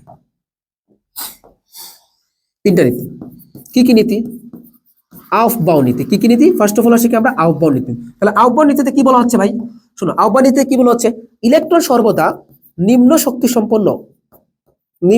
সম্পন্ন স্তর থেকে কোথায় যাবে, উচ্চ শক্তি সম্পন্ন স্তর থেকে কোথায় যাবে, উচ্চ শক্তি স্তরে যাবে। ঠিক আছে, এখন কথা হচ্ছে তুমি এই যে শক্তিটা এটা কিভাবে নির্ণয় করবা, সেটাও থেকে কোয়েশ্চেন আসতে পারে। দেখো মানে শক্তি স্তরের যে শক্তি মাত্রাটা এটা নির্ণয় করবা কি দিয়ে, এটা হচ্ছে কি বোর-বাড়ি তত্ত্ব। তাহলে শক্তি স্তরের শক্তি মাত্রা নির্ণয় করার জন্য মনে রাখবা, শক্তি স্তরের শক্তি মাত্রা ইকুয়াল, এটা হচ্ছে বোর-বাড়ি তত্ত্ব, এটা ইকুয়াল হচ্ছে তোমার কি জানো, n+l। তাহলে n+l, যেমন আমি যদি বলি যে, আমি যদি তোমাকে বলি যে তুমি হচ্ছে কি 4s এর শক্তি নির্ণয় করো, তাহলে 4s এর জন্য তুমি বলো তো এখানে 4 মানে কি n, আর s মানে কি l, l এর ভ্যালু কত এখানে বলো 0। তাহলে আমি বলতে পারি এটা শক্তি কত, 4 + 0 ইকুয়াল কত 4। তোমাকে যদি বলা হয় কি 5p, এটা শক্তি কত হবে, তাহলে তুমি কি বলবা, তুমি বলতে পারবা না এটা। তাহলে দেখো 5, এটা n ইকুয়াল কত 5, এবং l ইকুয়াল কত হবে তোমার দেখো তো 1 হবে। তাহলে আমি বলতে পারি না n+l ইকুয়াল কত 5 + 1 ইকুয়াল কত 6। এটা হচ্ছে কি আহ্বান নীতিতে বলা হয়, অর্থাৎ নিম্ন শক্তি স্তর থেকে উচ্চ শক্তি স্তরে ইলেকট্রনটা প্রবেশ করবে। এখন আসো একটু তোমাকে এক্সপ্লেনেশন, মানে একটু এক্সেপশনাল এক্সাম্পল করে একটু দেখাই দিই। দেখেন সবাই একটু দেখো ভাইয়ারা, একটু খেয়াল করো। ধরো এখন যদি আমার কাছে থাকে, আমি দিলাম হচ্ছে কি, ধরো একটা অরবিটাল দিলাম হচ্ছে কি আমি 4p দিলাম, একটা উপশক্তি স্তর দিলাম কি এটা 4p। আচ্ছা এরপরে দিলাম হচ্ছে ধরো আমি 5s 3d, এগুলা দিলাম। তুমি প্রত্যেকটার শক্তি মাত্রা একটু নির্ণয় করো তো। 4p এর ক্ষেত্রে কত হবে, 4 + 1 কত হবে 5, এটার ক্ষেত্রে কত হবে 5 + 0 কত আসছে 5, এটার ক্ষেত্রে কত হবে 3 + 2 কত আসছে 5। এখন বলতে পারো ভাই সবাই তো সমান, এখানে এটা প্রত্যেকটাই সমান আসছে, তাহলে আমি যদি সমান আসে তাহলে আমি কিভাবেই করব। আপনি তো বলছেন যে নিম্ন শক্তি স্তর থেকে, আমি বলি না আহ্বান নীতিতে বলা হয় নিম্ন শক্তি স্তর থেকে উচ্চ শক্তি স্তরে যাবে, তাহলে কি হবে। এখন মনে রাখবা শক্তি সমান হইলে, তাহলে কি মনে রাখবা, শক্তি মাত্রা সমান হলে যার প্রধান কোয়ান্টাম সংখ্যা ছোট তাতে আগে যাবে। তাতে কি যাবে? ইলেকট্রনটা আগে প্রবেশ করবে। সিম্পল একদম। সো আমরা যদি বলি এখানে ক্ষেত্রে তাহলে আমাদের রেজাল্টটা কি আসবে বলেন? সবাই বলেন দেখি এখানে কি আসবে। কে ছোট? 3D ছোট রে ভাই। আগে 3D, তারপর কই যাবে? 4p, তারপর গিয়ে যাবে তোমার 5s। আমরা কি বুঝছি সবাই? এটা কি বুঝছি সবাই? তাহলে এটা একদমই ইজি ইনশাআল্লাহ। ঠিক আছে, তাহলে আমরা আশা করি এই জিনিসগুলো আমরা পারবো। পরের কোশ্চেনে চলো দেখে আমরা যাই কি বলা আছে এখানে। এই কোশ্চেনটা অনেকের কাছে জটিল লাগতে পারে। দেখো, মনোযোগ দিয়ে চেষ্টা করবা, মনোযোগ দিয়ে চিন্তা করবা, কনসেপ্ট বুঝবা, ইজিলি তুমি অ্যান্সার করতে পারবা। আমরা এখন দ্রাব্যতার গুণফল পড়বো। এটা একটু জটিল ছিল। কোশ্চেনটা আসছে তোমার জিএসটি 23-24 সেশনের প্রশ্ন। খেয়াল করো, ফেরিক লবণের ক্ষেত্রে আয়রন 3+ হবে এখানে। ফেরিক লবণের একটা ঘনমাত্রা দেওয়া আছে। কত দেওয়া আছে? 4.2 × 10⁻³ মোল পার লিটার। ওকে, এটা ঘনমাত্রা দেওয়া আছে এবং আয়তন দেওয়া আছে 50 ml। কত দেওয়া আছে? 50 ml। দ্রবণের সাথে, আচ্ছা এটা একটা দ্রবণ, তাহলে ফেরিক লবণ মানে কি? ধরো ফেরিক ক্লোরাইড হতে পারে আমাদের। এই লবণের 4.2 × 10⁻³ মোল পার লিটার, তার মানে এটা হচ্ছে কি তার ঘনমাত্রা। আমরা ধরলাম কি এটা S Fe 3+। তারপর দেখো এর আয়তন কত? V Fe 3+ কত আছে? এটা এখানে তোমার 50 ml দেওয়া আছে। এই লবণটার সাথে আমি কি 1.5 × 10⁻⁴ এত মোল পার লিটার ঘনমাত্রার 30 ml সোডিয়াম হাইড্রোক্সাইড। তাহলে দেখো এখানে সোডিয়াম হাইড্রোক্সাইডে কি আসছে? দেখো ভাই, এইটা হচ্ছে কি আমার সোডিয়াম হাইড্রোক্সাইডের ঘনমাত্রা। এটা আমার সোডিয়াম হাইড্রোক্সাইডের ঘনমাত্রা। আর এটা হচ্ছে কি আমার সোডিয়াম হাইড্রোক্সাইডের আয়তন। দুটো জিনিস এই যাওয়া আছে। ঠিক আছে, দ্রবণ যোগ করলে ফেরিক হাইড্রোক্সাইড এর আয়নিক গুণফল কত হবে? মানে অনেক বিদঘুটে লাগতেছে না? অনেক বিদঘুটে। আচ্ছা, খুবই সিম্পল। তাহলে তুমি চিন্তা করো আয়নিক গুণফল কি হবে। আচ্ছা, এখানে আয়নিক গুণফলটা নির্ণয় করতে গেলে আমাকে অপশনগুলো পড়ি। দ্রাব্যতা গুণফল অপেক্ষা কম হবে। আচ্ছা, যখন আয়নিক গুণফলটা দ্রাব্যতার গুণফলের থেকে কম হয় তখন সেটা অসম্পৃক্ত দ্রবণ হয় এবং সেখানে কোনো অধক্ষেপ পড়ে না। যেহেতু তোমাকে এখানে মিশ্রণ দেওয়া আছে, তাহলে তুমি এখানে আসলে আলটিমেটলি আইডেন্টিফাই করবা কি দিয়ে? যেন অধক্ষেপ দিয়ে। যদি অধক্ষেপ পড়ে তাহলে হচ্ছে কি এটা আয়নিক গুণফলটা বেশি হবে। তাহলে কোনটা হইতে পারে আসলে? আমরা চলো একটু নির্ণয় করে ফেলি। ওকে, দেখো ফার্স্ট অফ অল আমরা আসলে এগুলো একটু সমীকরণের মাধ্যমে প্রকাশ করতে পারি। যেমন ধরো, যেহেতু আমাদের এখানে কোনো দ্রাব্যতার গুণফল দেওয়া নাই, সো আমরা এটাকে আসলে ওইভাবে আয়নিক গুণফল নেওয়াটা সো টাফ, মানে খুবই মুখস্থ করে আসতে হবে, আমার দরকার নাই। আমি আগে হচ্ছে কি এখানে যে লবণটা আছে সেই লবণের মধ্যে আয়রনের যে মোল সংখ্যাটা আছে সেটা আমরা নির্ণয় করবো। দেখো ফার্স্ট অফ অল আমরা আয়রনের, আমি একটু সলভটা করি এখানে। হ্যাঁ, দেখো একটু, ফার্স্ট অফ অল হচ্ছে আমি একটু এখানে আয়রনের, দেখো ফার্স্ট হচ্ছে আমরা কি দেখবো এখানে আয়রনের মোল সংখ্যাটা নির্ণয় করি। তাহলে দেখো এটা খুবই জটিল কোশ্চেন, তোমরা এটাতে এত পেস লাগাবা এবং আর এই কোশ্চেন আসলে আমি বলবো যে তোমরা একটু লাস্ট অ্যান্সার করো। এমনিতে ইজি আছে। দেখো আয়রনের মোল সংখ্যাটা নির্ণয় করি। দেখো Fe3+, তাহলে মোল সংখ্যা ইকুয়াল আমরা কি জানি? ঘনমাত্রা ইনটু আয়তন। ঘনমাত্রা ইনটু আয়তন, তাহলে ঘনমাত্রা কত এখানে? 4.2 × 10⁻³। আয়তন কত আছে? 50 ml। আয়তনকে আমরা অবভিয়াসলি লিটারে নিয়ে যাব, এটা আমরা পরিমাণগত রসায়নে পড়ে থাকি। তাহলে লিটারে নিলে 50 কে তুমি 1000 দিয়ে ভাগ করলে কত আসবে? 0.05। ওকে, আচ্ছা, বা আমরা এটাকে ডিরেক্টলি কি বলতে পারি? 5 × 10⁻, কি বলতে পারি বলো? আমরা বলতে পারি কি 5 × 10⁻² বলতে পারি। ওকে, ঠিক আছে। তাহলে আমার আলটিমেটলি এখানে আসবে কত? দেখো তো এখানে আলটিমেটলি আসবে হচ্ছে তোমার 2.1 × 10⁻, কত আসবে দেখো তো? আমাদের 4 × 5 = 20, 5 × 2 = 10। ঠিক আছে, 5 10⁻⁴ এটা আসবে আমাদের। তাহলে এইটা পেলাম কি? আবার আয়রনের মোলটা পাইলাম। ওকে, পরবর্তীতে আসো আমরা সোডিয়াম হাইড্রোক্সাইডের মোলটা নির্ণয় করি। সোডিয়াম হাইড্রোক্সাইড, যেটা সোডিয়াম হাইড্রোক্সাইডের মোল আসবে সেটা হচ্ছে কি হাইড্রোক্সাইডের ক্ষেত্রে মোল আসবে। ওকে, আমরা একটা নির্ণয় করলে হয়েছে। তাহলে ওখানে ক্ষেত্রে দেখো আমাদের 1.5 × 10⁻⁴ ইনটু, দেখো এটা হচ্ছে কি আমার ঘনমাত্রা দেওয়া আছে, আমি আয়তন দিয়ে গুণ করব 0.02। ডিরেক্ট আমরা গুণ করতে পারি। 3 15 এবং 45 আমরা এমনিতেই পাই। এখানে দেখো 45 মানে কি 4.5, আর ওদিক কি আছে? 3 15 45 মানে কি 4.5, আর কত আছে? 10⁻² হবে। কত হবে? মানে সরি 10⁻6 হবে। 4.5 × 10⁻6। ওকে, আমরা এই ঘনমাত্রাগুলো পাইলাম। এখন কথা হচ্ছে ভাই ঘনমাত্রা দিয়ে কাজ কি করবেন? তো এখন আসো আমরা যদি এখানে ঘনমাত্রা তো পেয়ে গেছি, তার মানে দেখো এই লবণের মধ্যে বা এই দ্রবণের মধ্যে যেহেতু আমাদের এইটার আয়নিক গুণফলটা চাইছে, আয়রন কতটুকু আছে 2.1 × 10⁻⁴, এবং হাইড্রোক্সাইড কতটুকু আছে এখানে 4.5 × 10⁻⁶। আমরা চলো আগে সমীকরণটা দেখি। তাহলে দেখো আমরা যদি দেখি এখানে ফেরিক ক্লোরাইডটা দেখো FeCl3, এটা কার সাথে বিক্রিয়া করবে? সোডিয়াম হাইড্রোক্সাইডের সাথে বিক্রিয়া করলে এটা আসলে আলটিমেটলি উৎপাদনটা কি করবে দেখো, FeOH3 এটা উৎপাদন করবে, প্লাস হচ্ছে দেখো সোডিয়াম ক্লোরাইড।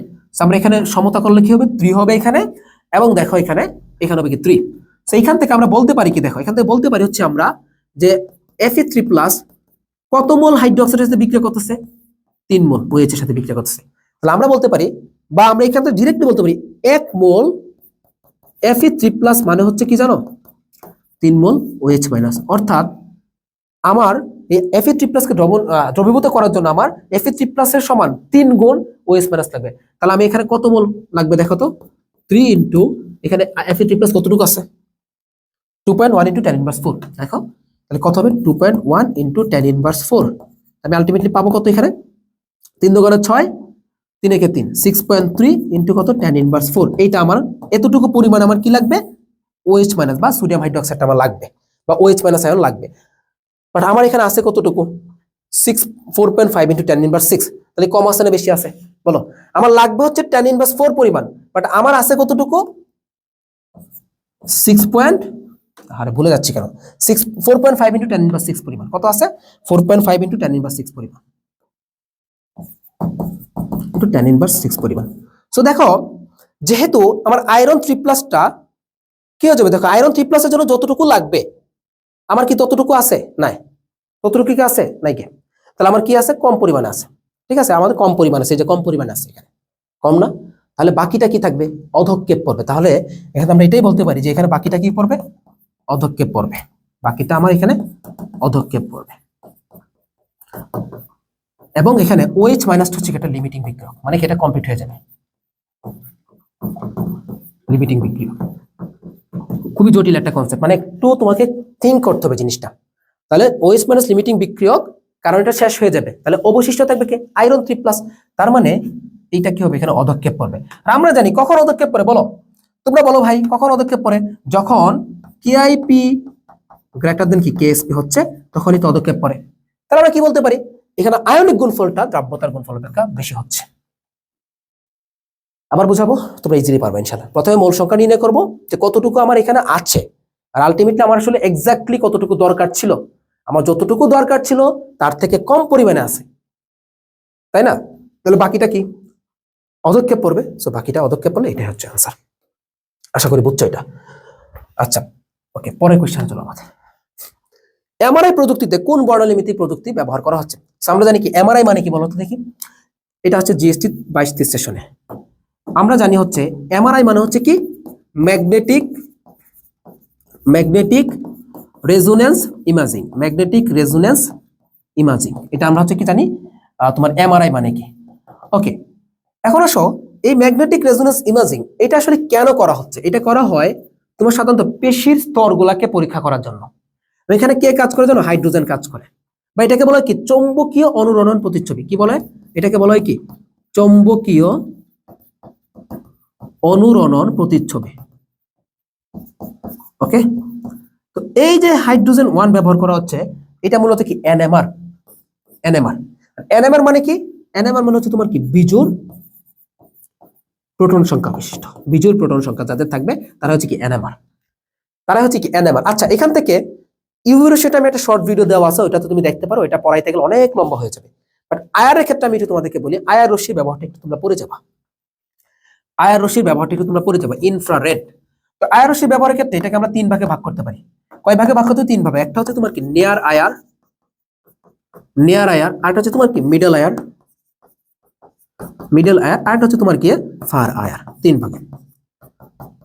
ওকে, তো ফার্স্টে আসো নিয়ার আয়ার তরঙ্গ দৈর্ঘ্যের রেঞ্জ কত? 0.75 থেকে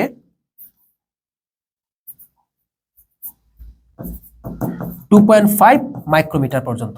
ঠিক আছে, আচ্ছা এরপর আসো মিডল এয়ারের ক্ষেত্রে 2.5 থেকে 25 মাইক্রোমিটার। ঠিক আছে, কত মিটার? 25 মাইক্রোমিটার। এরপর আসো তোমার এখানে কি 25 থেকে 1000 মাইক্রোমিটার। ওকে, এই জিনিসটা মনে রাখবো, রেঞ্জটা, তরঙ্গ দৈর্ঘ্যের রেঞ্জটা গেল। এখন আসো, এগুলো আসলে কি কাজে ব্যবহার, নিয়ার আয়ার, এটা পুরাটা হচ্ছে কি মস্তিষ্কে, পুরাটা হচ্ছে কি মস্তিষ্কের ক্ষেত্রে ব্যবহার করবে, মস্তিষ্কে যা আছে সব কিছুতে ব্যবহার করবে, দেখো মস্তিষ্কের ক্ষেত্রে। আর মিডল এয়ার কিসে, জৈব যৌগের শনাক্তকরণের ক্ষেত্রে, জৈব যৌগের শনাক্তকরণে। এই মিডল এয়ারকে কি বলা হচ্ছে, বডি এয়ার বলা হচ্ছে। এবং ফার এয়ার কি করা হচ্ছে, ব্যথা বেদনা এগুলো উপশমে, ব্যথা উপশমে, ব্যথা উপশমে, ফিজিওথেরাপিতে, ফিজিওথেরাপিতে ব্যবহার করা হচ্ছে। এই দুইটা একটু মনে রাখো, ঠিক আছে? তো আশা করি তোমরা এগুলো পারবা। এবং এমআরআই জিনিসটা হচ্ছে কি একটা রেডিও চুম্বক তরঙ্গ দৈর্ঘ্য। ক্লিয়ার? পরে আসো দেখি আমাদের এই কোশ্চেনটা যদি দেখো, এটা জিএসটি 22 সেশনের কোশ্চেন। এটা এখানে কি বলা আছে যে হিলিয়াম প্লাস এর প্রথম ও দ্বিতীয় শক্তি স্তরে শক্তির পার্থক্য কত ইলেকট্রিক ভোল্ট। এই প্রশ্ন সলভ করতে গেলে তুমি জাস্ট একটা ট্রিক্স মনে রাখবা, সেটা হচ্ছে মনে রাখবা কি এনতম শক্তি স্তরের শক্তি। কি মনে রাখবো আমরা, যে কোন একটার এনতম শক্তি স্তরের শক্তি হচ্ছে তোমার -13.6 ইন্টু ইন্টু কি হবে জানো, জেড স্কোয়ার ডিভাইডেড কি এন স্কোয়ার। যেখানে আমরা মনে রাখবো এখানে জেড মানে কি জানো, এটার পারমাণবিক সংখ্যা। ওকে, তাহলে সিম্পলি দেখো আমাদের এখন লাগবে কোনটা, আমাদের লাগবে হচ্ছে ভাই দ্বিতীয় শক্তি স্তরের শক্তি লাগবে এবং কি আমার প্রথম শক্তি স্তরের শক্তিটা লাগবে। তাহলে তো আমার পার্থক্য হয়ে যাচ্ছে। তাহলে আমরা এখন দ্বিতীয় শক্তি স্তরের শক্তি নির্ণয় করে দেখো E2 ইকুয়াল -13.6 ইন্টু দেখো জেড, জেড দেখো হিলিয়ামের পারমাণবিক সংখ্যা কত এখানে 2, তার মানে কত আসবে 2 স্কোয়ার। আর এন মানে কত, এন মানে কত দেখো কততম বলছি, দ্বিতীয় শক্তি স্তর বলছি 2 স্কোয়ার। তাহলে কি 2 স্কোয়ার 2 স্কোয়ার কাটা, তাহলে আমার থাকতেছে কত -13.6। তাহলে প্রথম শক্তি স্তরের ক্ষেত্রে আমরা শক্তিটা একটু নির্ণয় করি। দেখো তাহলে প্রথম শক্তি স্তরে কত হবে -13.6 ইন্টু সেম জিনিস দেখো জেড মানে কত 2 স্কোয়ার, বাট এখানে কত হবে 1 স্কোয়ার হবে। তাহলে দেখো -13.6 ইন্টু কত 4, 2 স্কোয়ার মানে তো 4, 1 দিয়ে ভাগ করলে তো কিছু হবে না। এখন দেখো এখানে আমাদের কত আসতেছে, আমাদের আসছে কত 440, 3 4 12, 4 13 কত 52, 4 6 24, 54.4 মাইনাস 54.4। ওকে, এখন আসো ফাইনালি আমাদের কি লাগবে, আসলে ফাইনালি লাগবে হচ্ছে আমাদের পার্থক্যটা লাগবে। তো দেখো ডেল ই ইকুয়াল কত হবে আমাদের E2 প্রথম ও দ্বিতীয় শক্তি স্তরের শক্তির পার্থক্য কত। আচ্ছা কত আসবে, E2 মাইনাস E1 আসবে তাই না। আচ্ছা কত আসবে আমাদের এখানে E2 মাইনাস E1। আচ্ছা -13.6 এটা -13.6 আসছে, -13.6 আসছে, -55.4। ওকে, তাহলে দেখো কি আসবে আমাদের এখানে E2 মাইনাস হচ্ছে E1। সো দেখো এখানে আমাদের E2 কত আছে -13.6 মাইনাস E1 কত আছে -54.4। তাহলে আসছে কত আমাদের 54.4 মাইনাস হচ্ছে কি 13.6, এই কারণে এটা মাইনাস হচ্ছে প্লাস হবে। এখন আলটিমেটলি তুমি কম্পেয়ার করো আসবে কত 40.8। ঠিক আছে, তাহলে কত আসছে 40.8 আসছে। একটু মাথায় রাখবে কত আসছে তাহলে ভাই 40.8। এই ক্যালকুলেশনটা তুমি সলভ করলে জাস্ট এখান থেকে ইজিলি পারবা। ওকে, তাহলে জাস্ট আমাদের মেইনলি লাগছে কোনটা, মেইনলি আমাদের লাগছে হচ্ছে এই জিনিসটা, এটা হচ্ছে আমাদের মেইন ফর্মুলাটা। ঠিক আছে, এটা হচ্ছে আমাদের মেইন ফর্মুলাটা, একটু দেখে রাখো। আশা করি এই সংক্রান্ত জিনিসগুলো তোমরা ইজিলি ইনশাআল্লাহ পারবা। তারপর আসো পরের প্রশ্নে কি বলা আছে, অ্যালুমিনিয়াম মৌলের 3p1 ইলেকট্রনটি কোয়ান্টাম সংখ্যা সেট কোনটা। এটা আসছে কোথায় জিএসটি 22 সেশন।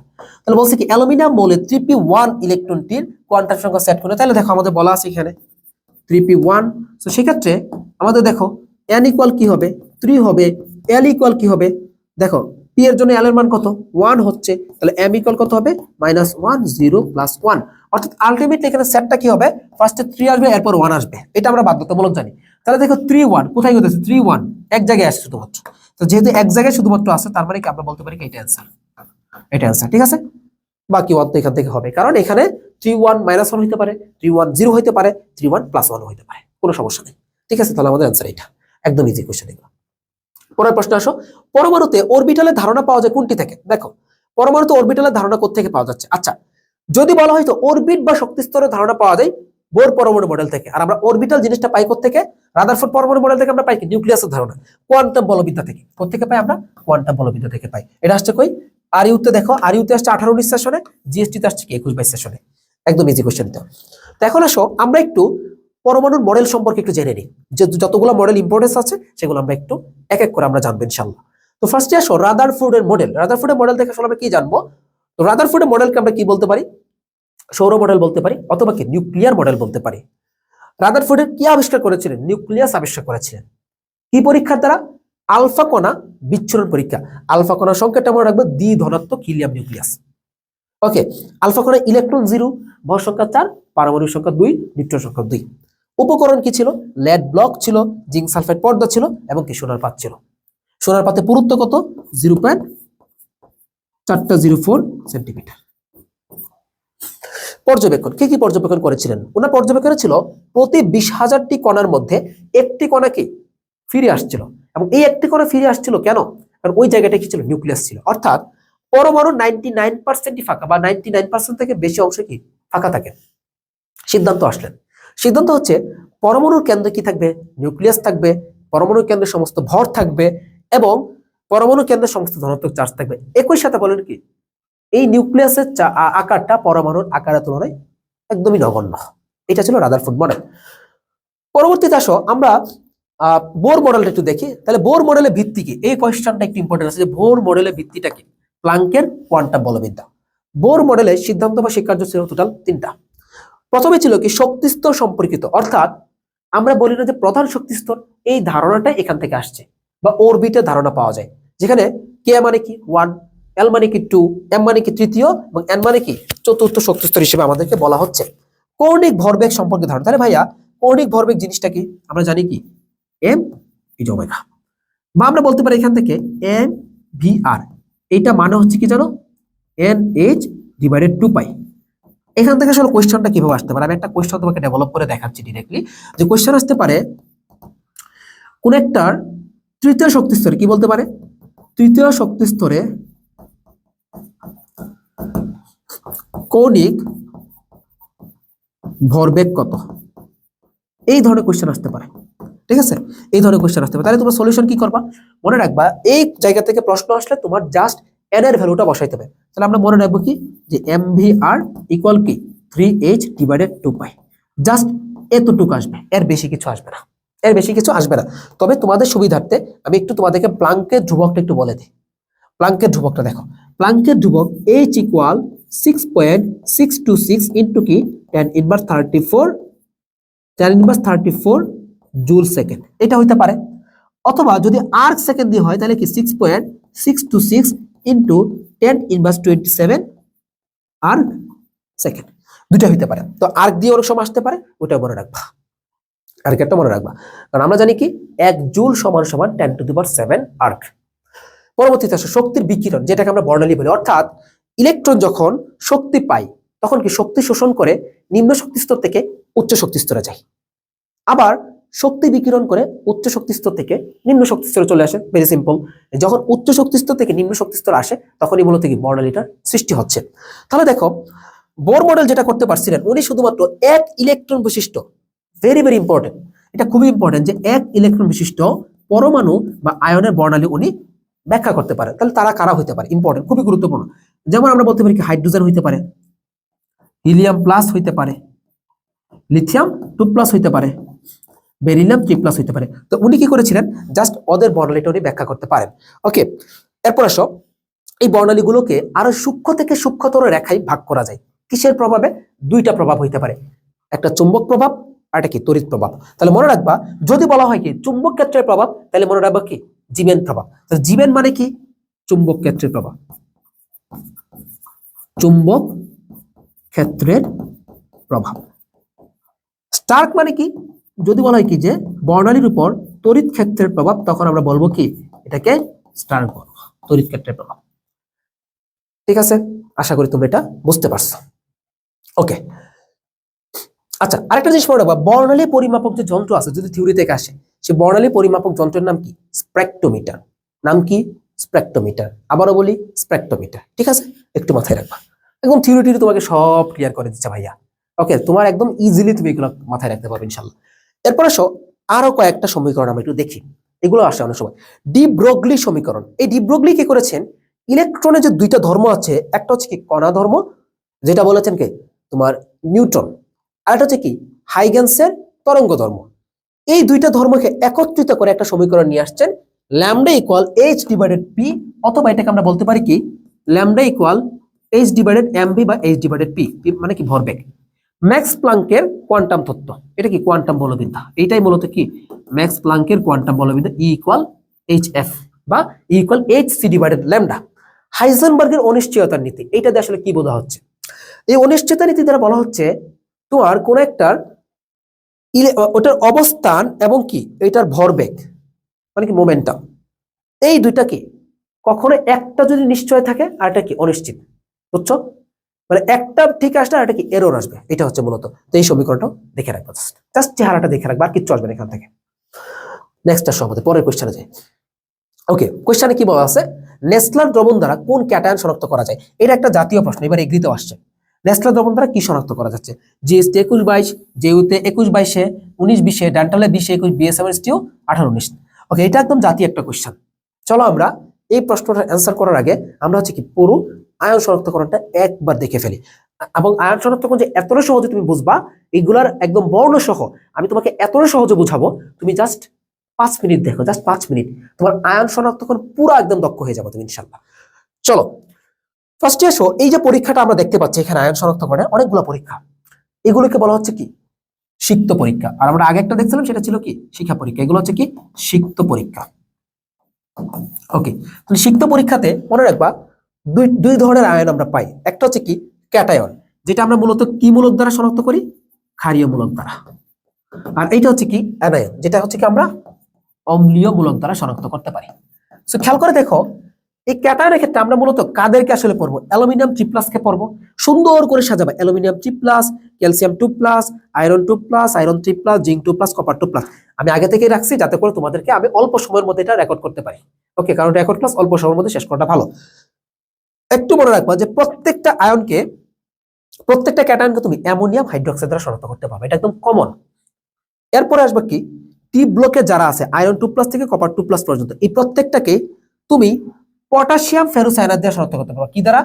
পটাশিয়াম ফেরোসায়ানাইড দ্বারা শনাক্ত করতে পারবে। কাকে দ্বারা? পটাশিয়াম ফেরোসায়ানাইড, একটু মনে রাখবা, ঠিক আছে? আর এখানে যেটা আছে, তারপর দেখো তুমি কপার 2+ থেকে বাদ দিলা, বাদ দিয়ে উপরে যে তিনটা আছে এই তিনটাকে তুমি পটাশিয়াম ফেরোসায়ানাইড দিয়ে শনাক্ত করতে পারবা। ওকে, তারপরে জিঙ্কটাকে বাদ দিলা, এরপর দেখো দুইটা আয়রন আছে না শুধু, সেই আয়রনটাকে আবার লেড থায়োসায়ানাইড দিয়ে শনাক্ত করতে পারবা। তাহলে বুঝছো, ফার্স্টে তুমি প্রত্যেকটা ক্যাটায়নকে শনাক্ত করবা অ্যামোনিয়াম হাইড্রোক্সাইড দ্বারা। এরপর দেখো ডি ব্লক গুলাতে চলে যাবে ডিরেক্টলি, তো ডি ব্লক গুলাকে শনাক্ত করবা প্রত্যেকটাকে পটাশিয়াম ফেরোসায়ানাইড দ্বারা। এরপর নিচে কপারটাকে বাদ দিবা, বাদ দিয়ে এই তিনটাকে শনাক্ত করবা পটাশিয়াম ফেরোসায়ানাইড দিয়ে। তারপরে আয়রন যে দুইটা আছে এই দুইটাকে শনাক্ত করবা অ্যামোনিয়াম থায়োসায়ানাইড দ্বারা। এরপর আসো আমাদের ক্যালসিয়াম 2+ থেকে আবার আমরা অ্যামোনিয়াম কি দিয়ে শনাক্ত করতে পারবো, অক্সালেট দ্বারা শনাক্ত করতে পারবো, ঠিক আছে? ওকে, তারপর আসো দেখি আমরা আরো দুইটা ইম্পর্টেন্ট আছে, এই দুইটা দেখি আমরা। যেমন সোডিয়াম প্লাস, এটা খুব ইম্পর্টেন্ট, এই দুইটা একদম বেশি বেশি গুরুত্বপূর্ণ। সোডিয়ামকে শনাক্ত করি আমরা, এই সংখ্যাটার নাম হচ্ছে কি পটাশিয়াম পাইরোঅ্যান্টিমোনেট। এরপর দেখো অ্যামোনিয়াম আয়নকে আমরা শনাক্ত করতে পারি নেসলার দ্রবণ দ্বারা। তাহলে এটা হচ্ছে কি নেসলার বিকারক, K2HgI4, এটা হচ্ছে কি নেসলার বিকারক। সাথে আমাদের লাগবে হচ্ছে কি পটাশিয়াম হাইড্রোক্সাইড অথবা কি সোডিয়াম হাইড্রোক্সাইড নামক এরকম একটা ক্ষারকে আমরা ইনক্লুড করে আমরা কি নেসলার দ্রবণটা বানাইতে পারি। তাহলে এটাই হচ্ছে কি নেসলার দ্রবণ, যেটা আমাদের আগের কোশ্চেন অ্যান্সার ছিল। তাহলে এখানে কি ছিল যে নেসলার দ্রবণ দ্বারা কাকে শনাক্ত করা যায়, অ্যামোনিয়াম প্লাসকে শনাক্ত করা যায়। এবং কোশ্চেন আসলে এটাই সব থেকে বেশি আসে, বাকিগুলো আমরা শেষ করে দেখো। অ্যানায়নের ক্ষেত্রে আসো, আমরা মূলত ক্লোরাইড, কার্বনেট এবং কি সালফেটটা পড়বো। তাহলে ক্লোরাইডকে আমরা সিলভার নাইট্রেট দিয়ে শনাক্ত করতে পারি, এবং কার্বনেট এবং কি সালফারকে আমরা কি বেরিয়াম নাইট্রেট দিয়ে শনাক্ত করতে পারি। ওকে, তারপর আসো এইখানে দেখো আবার এই প্রত্যেকটা এই তিনটাকে আমরা আবার কি লেড অ্যাসিডের দ্বারা শনাক্ত করতে পারি। তিনটাকে লেড অ্যাসিডের দ্বারা শনাক্ত করা যায়, ক্লোরাইডকে সিলভার নাইট্রেট দ্বারা শনাক্ত করা যায়, কার্বনেট এবং সালফেটকে আমরা বেরিয়াম নাইট্রেট দ্বারা শনাক্ত করতে পারি। ওকে, তাহলে এখানে একটা জিনিস বুঝতে পারতেছো? আচ্ছা, আমরা সামনে গেলে বুঝবো, চলো আমরা সামনে যাই। এখন আসো বর্ণের ক্ষেত্রে আমরা নর্মালি জানি কি শুধুমাত্র যারা কি অবস্থান্তর, যারা অবস্থান্তর তারা শুধুমাত্র বর্ণ দেয়, যারা অবস্থান্তর তারাই শুধুমাত্র কি দেয়, বর্ণ দিবে, আর বাকিরা কি সাদা অধক্ষেপ। শুধুমাত্র অবস্থান্তরাই কি দিবে, বর্ণ দিবে। এখন যদি বলা হয় অ্যালুমিনিয়াম 3+ কি সাদা অধক্ষেপ, তারপর যদি বলা হয় কি সোডিয়াম প্লাস সাদা অধক্ষেপ, জিঙ্ক 2+ সাদা অধক্ষেপ, কারণ এগুলো অবস্থান্তর নয়। তাহলে মূলত বর্ণের ক্ষেত্রে তোমাকে জাস্ট আয়রনের গুলো আসে, তুমি কোয়েশ্চেন ব্যাংক খুঁজো, খুঁজে দেখো কি আয়রন ছাড়া নাই বললেই চলো, আমি পাই নাই, আয়রনে আসে ম্যাক্সিমাম। তাহলে এখন কথা হচ্ছে ভাইয়া আয়রন গুলাকে আমি কিভাবে মনে রাখবো? ছোট থেকে বড়, জাস্ট ঠান্ডা মাথায় বোঝো, ছোট থেকে বড় কি। ফার্স্টে আমরা আয়রন 2+ দেখবো, তারপর কি আমরা আয়রন 3+ দেখবো। আর আয়রনকে শনাক্ত করার জন্য আমরা মূলত কি ইউজ করি, তোমার পটাশিয়াম ফেরিসায়ানাইড, ফেরি মানে কি তিনটা থাকবে, পটাশিয়াম, পটাশিয়াম ফেরোসায়ানাইড, আর এখানে কি আমরা লাস্টে কি লেড সায়ানাইড ইউজ করবো। ওকে, তো আমরা একটা ছন্দ ইউজ করতে পারি এখানে। ছন্দটা হচ্ছে, তুমি জাস্ট আমার সাথে পড়ো, প্রথমে হালকা তারপর। তাহলে আমরা কি দেখলাম, ধরো আমরা অনেক সময় কি করি, বালতির মধ্যে পানি রাখি, পানি রেখে কি করি, নীল দিই, নীল ছিল না, সেই যে তিতুমিরের যুদ্ধের যে নীল ছিল, সেই নীলটা দিয়ে কি করি, কাপড় পরিষ্কার করি। তাহলে আমরা সুন্দর করে মনে রাখবো, প্রথমে হালকা, তারপর 3 টাকার বাদামি 4 টাকার নীল মিশিয়ে কি রক্তের ছায়া। মানে প্রথমে দেখলা কি পানিটা একদমই হালকা, তারপর তুমি 3 টাকার বাদামি রং দিলা, 4 টাকার নীল রং দিলা, এই দুয়ে মিলে কি হয়ে গেল, রক্তের ছায়া। তাহলে ছন্দে ছন্দে পড়বা যে প্রথমে হালকা, তারপর 3 টাকার বাদামি 4 টাকার নীলে রক্তের ছায়া, প্রথমে হালকা, তারপর 3 টাকার বাদামি 4 টাকার নীলে রক্তের ছায়া। কিচ্ছু বুঝিনি, চলো আমি বোঝাই তোমাকে। প্রথমে এই প্রথমের যে প্র কথাটা আছে, এই প্র থেকে মনে হবে কি প্রশিয়ান ব্লু, কি মনে রাখবো আমরা, প্রশিয়ান ব্লু। প্রথমে হালকা, হালকা হালকা হালকা মানে কি, এখানে হবে কি হালকা নীল হবে, হালকা ব্লু, হালকা ব্লু মানে কি হালকা নীল হবে। প্রথমে হালকা, তারপর 3 টাকার বাদামি। ভাই কেন 3 টাকার বাদামি বলছি, আচ্ছা তাহলে আয়রন 2+ আমাদের শেষ, এখন আয়রন 3+ এর ক্ষেত্রে, তারপরে 3 টাকার বাদামি, তার মানে দেখো আয়রন 3+ এর ক্ষেত্রে 3 মানে কি পটাশিয়াম ফেরিসায়ানাইড, তার মানে কি 3 টাকার বাদামি, তারপর 4 টাকায় নীল, এটা কি নীল হবে, একটা হালকা নীল পাইছি, তার মানে কি এটা আবার কি হবে, গাঢ় নীল হবে। 4 টাকার নীল মিশিয়ে কি হয়ে গেল, রক্তের ছায়া। ছায়া মানে কি, এই যে থায়োসায়ানেট, থায়োসায়ানেট, এটা কি ছায়া, ছায়া ছায়া, তার মানে কি ছায়া। তাহলে এখানে কি মনে রাখবো, রক্তবর্ণ হবে। তো আমরা এছাড়া আসলে মনে রাখার কোনো ওয়ে নেই। তাহলে আমি আবারও বলতেছি, তুমি জাস্ট এই বর্ণগুলো পড়বা, আর কোনো বর্ণ তোমার পড়া লাগবে না, আর বাকি যা আছে সবই হচ্ছে মনে রাখবে সাদা বর্ণ অধক্ষেপ। আবারও বলি, তুমি আবার পড়ো, প্রথমে হালকা, তারপর 3 টাকার বাদামি 4 টাকার নিলে রক্তের ছায়া, প্রথমে হালকা, তারপর 3 টাকার বাদামি 4 টাকার নিলে রক্তের ছায়া। প্রথমের প্র থেকে প্রশিয়ান ব্লু, তার মানে অবশ্যই কে পটাশিয়াম ফেরিসায়ানাইড, তারপর কি হালকার, হালকার হালকা মানে কি হালকা নীল। ওকে, আয়রন 2+ এর সাথে তুমি যখন পটাশিয়াম ফেরোসায়ানাইড দিবা, আয়রন 3+ এর ক্ষেত্রে যাবো, তারপর 3 টাকার বাদামি পটাশিয়াম ফেরিসায়ানাইড দিয়ে কি বাদামি বর্ণে, 4 টাকার নিলে পটাশিয়াম ফেরোসায়ানাইড দিয়ে গাঢ় নীল, রক্তের ছায়া। তাহলে কি হয়ে গেল, রক্তবর্ণ হয়ে গেল। আশা করি তোমরা ইনশাল্লাহ আয়ন শনাক্তকরণ নিয়ে যে প্যারাটা খাইতা, এই প্যারাটা ইনশাল্লাহ আজকের পর থেকে আর থাকবে না। ওকে, চলো আমরা এরপরে যাই। কোন একটি লবণের দ্রবণে বেরিয়াম ক্লোরাইড দ্রবণ যোগ করলে সাদা অধক্ষেপ পড়ল, আচ্ছা, যা HCl এ দ্রবীভূত হলো না, লবণটি শিখা পরীক্ষায় সোনালী হলুদ। আচ্ছা, শিখা পরীক্ষায় যেহেতু সোনালী হলুদ, তার মানে আমরা বুঝে গেছি এই সোডিয়াম হবে। বর্ণ প্রদর্শন করো সম্ভাব্য লবণটি কি, তাহলে কোন একটা লবণ, এমন একটা লবণ, এই লবণের দ্রবণের মধ্যে বেরিয়াম ক্লোরাইড দিলে সাদা অধক্ষেপ পড়বে। তার মানে সাদা অধক্ষেপ পড়বে, মনে রাখবে সাদা অধক্ষেপ কখন পড়বে, যখন অধক্ষেপটা আসলে কখন পড়ে, যখন এটা বিক্রিয়া করতে পারে না। তাহলে বেরিয়ামটা সালফেটের সাথে বিক্রিয়া করতে পারে না, কি পারে, সালফেটের সাথে পারে না, তার মানে কি সোডিয়াম সালফেট অ্যান্সার। এটা হচ্ছে জিএসটি আমার সেশনের কোশ্চেন ছিল, 20-21 সেশন, যেই সেশনে আমি টপ করছিলাম আলহামদুলিল্লাহ। আমি সাস্টে, জগন্নাথে, জাস্ট প্রত্যেকটা জায়গায় টপ পজিশন, এবং লাস্টে আমি জগন্নাথে জেনেটিক্সে পড়াশোনা করছি একটা সেমিস্টার। এরপর আসো, হাইড্রোজেন পারমাণবিক বর্ণালী পেস্টন সিরিজের জন্য সঠিক কোনটা। তাহলে দেখো ভাই, জিএসটি আমার সেশনের কোশ্চেন, 20-21 সেশনের কোশ্চেন। তাহলে কি বলছে, পেস্টনের জন্য, তাহলে আমার N1 এর মান কত হবে 3, তাহলে N2 এর মান কত হবে 3 এর থেকে বেশি হবে, 3 এর থেকে বেশি মানে কি 4 থেকে শুরু করে যা ইচ্ছা। N11 হবে না, N13, এই যে 3 আছে দুই জায়গায়, N2 এর ভ্যালু কত হবে 4, 5, কারণ নিচে কখন আসবে, একদম ইজি ছিল। লাস্ট কোশ্চেন, ওকে, আজকে লাস্ট কোশ্চেন। লাস্ট কোশ্চেনটা একটু ডিফিকাল্ট আছে, এটা আমার সেশনের কোশ্চেন, 20-21 সেশনের প্রশ্ন, সাস্টে 15-16তে আসছে। দেখো এই প্রশ্নটা আমরা একটু সলভ করার চেষ্টা করি ভাইয়া। এটা জিএসটি তে 20-21 সেশন, সাস্টে 15-16 সেশন। ওকে, ম্যাগনেসিয়াম হাইড্রোক্সাইডের দ্রাব্যতার গুণফল আমাকে এখানে কি দেওয়া আছে, কেএসপি দেওয়া আছে কত 2 × 10⁻11, দ্রবণের পিএইচ দেওয়া আছে 10 হলে তাতে ম্যাগনেসিয়াম 2+ আয়নের ঘনমাত্রা। সো আমাকে ম্যাগনেসিয়াম 2+ আয়নের ঘনমাত্রাটা নির্ণয় করতে হবে। ওকে, আমি এখানে দ্রাব্যতার গুণফলটাকে ইউজ করব, ঠিক আছে, বাট একটু পরে। ফার্স্টে আমরা পিএইচটা নিয়ে একটু কাজ করি। দেখো তো আমাকে এখানে দেওয়া আছে কি পিএইচ ইকুয়াল কত 10 দেওয়া আছে। সো আমার যেহেতু এখানে কি ম্যাগনেসিয়াম হাইড্রোক্সাইড, তার মানে কি আমি যদি পিওএইচটা নির্ণয় করতে পারি তাহলে পিওএইচ থেকে আমি কি হাইড্রোক্সাইড আয়নের ঘনমাত্রাটা পাবো না? ইজিলি পারবো। তাহলে দেখো আমরা যদি বলি এখান থেকে যে ভাই পিওএইচটা কি হবে, দেখো আমরা বলতে পারি এখান থেকে পিওএইচ হবে কি, আমরা জানি কি 14 মাইনাস পিএইচ, 14 মাইনাস পিএইচ, তাহলে কত হবে 14 মাইনাস হচ্ছে 10 ইকুয়াল কত 4, এটা হচ্ছে কি পিএইচ। ঠিক আছে, তাহলে আমরা বলতে পারি কি এখানে এটাকে আমরা যদি বলি কি যে ভাই হাইড্রোক্সাইড আয়নের ঘনমাত্রা তাহলে কত হবে, দেখো আমরা বলতে পারি যে OH মাইনাস আয়নের ঘনমাত্রা হবে কত হবে বলো তো দেখি 10 ইনভার্স 4, এটা তো আমরা জানি।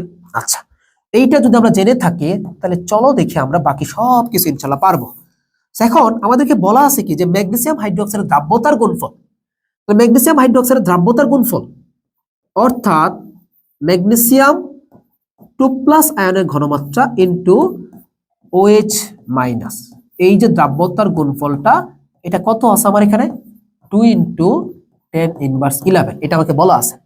সো আমি জাস্ট বসায় দিই, আমি জাস্ট মানগুলোকে বসাই। দেখো তাহলে আমার লাগবে কোনটা ম্যাগনেসিয়াম 2+ আয়নের ঘনমাত্রাটা লাগবে কিন্তু OH মাইনাস আয়নের ঘনমাত্রা কত হচ্ছে 10 ইনভার্স 4, লিখলাম কত এখানে 10 ইনভার্স 4, উপরে দিলাম স্কয়ার, এখানে কত 2 ইনটু 10 ইনভার্স 11।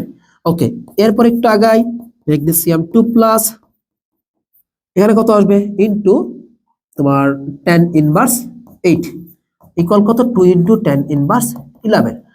ওকে, নেক্সট লাইন ম্যাগনেসিয়াম 2+ রাখলাম, একটু ডিটেইলসে করাচ্ছি যাতে করে তোমরা ক্যালকুলেশন ইজিলি বুঝো। কত হবে দেখো 2 ইনটু 10 ইনভার্স 11, এইটাকে আমরা নিচে পাঠাবো 10 ইনভার্স 8, আলটিমেটলি আসবে আমাদের কত 2 ইনটু 10 ইনভার্স 8 মাইনাস উপর উঠলে কি হয় বলো মাইনাস হয়, তার মানে কি মাইনাস এখানে কত হবে -8, তাহলে কি আলটিমেটলি এখানে আমার কত হবে মাইনাস মাইনাসে প্লাস হবে। সো আমি আর আলাদা করে না রাখি, দেখো